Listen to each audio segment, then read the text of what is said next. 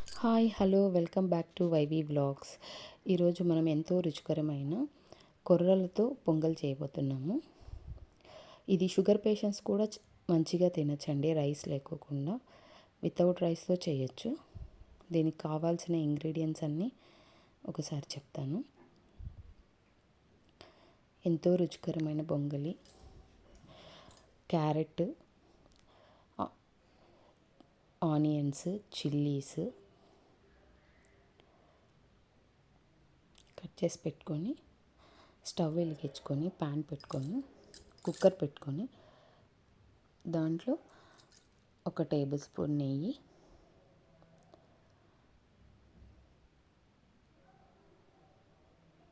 కొద్దిగా ఆయిల్ పోసి 1 table spoon of జీలకర్ర, మిరియాలు,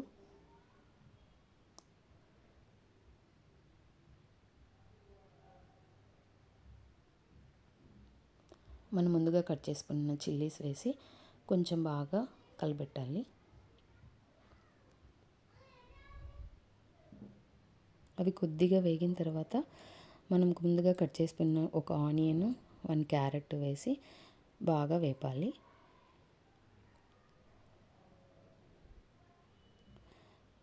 కొంచెం దూరగా వేపితే చాలండి, మరీ ఎక్కువ వేగాల్సిన అవసరం లేదు. తర్వాత కొద్దిగా జీడిపప్పు, మనం ముందుగానే 1 గ్లాసు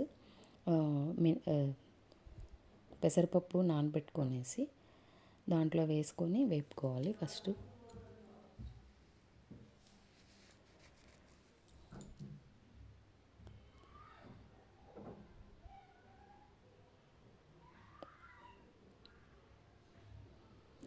మనం ముందు రోజే కొర్రల్ని నైటే నానబెట్టుకోవాలండి. ఎందుకంటే అవి మనం అప్పుడప్పుడు నానబెట్టుకుంటే డైజెషన్ అవ్వడానికి చాలా కష్టం అవుతుంది.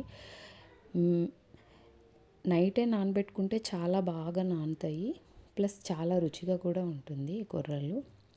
నైటే నేను 1 గ్లాస్ ఎంతైతే పెసరపప్పు గ్లాస్ తీసుకుంటామో అంతే సేమ్ కొర్రలు తీసుకోవాలి. ఏ గ్లాస్తో తీసుకుంటే అదే గ్లాస్తోనే సేమ్ మెజర్మెంట్స్తో తీసుకోండి.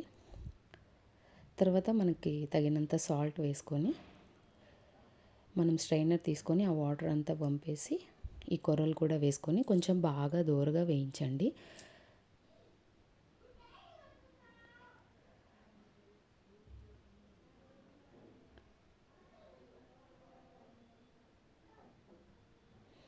ఆ తర్వాత మనం చిన్న గ్లాస్తో తీసుకున్నాము, 1 కప్పు పెసరపప్పు, 1 కప్పు కొర్రలు. తర్వాత నేను చూపించిన గ్లాస్ మెజర్మెంట్తో నేనైతే 4 గ్లాసెస్ ఆఫ్ వాటర్ వేసానండి.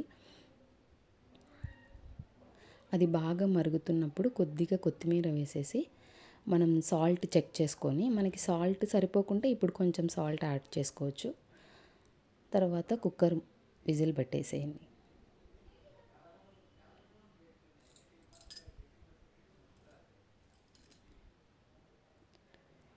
ఆ తర్వాత ఒక 4 విజిల్స్ వస్తే చాలండి. తర్వాత స్టవ్ ఆఫ్ చేసేసి ఆ గ్యాస్ అంతా పోయిన తర్వాత కుక్కర్ ఓపెన్ చేస్తే ఎంతో రుచికరమైన కొర్రల పొంగలి రెడీ అండి. ఇది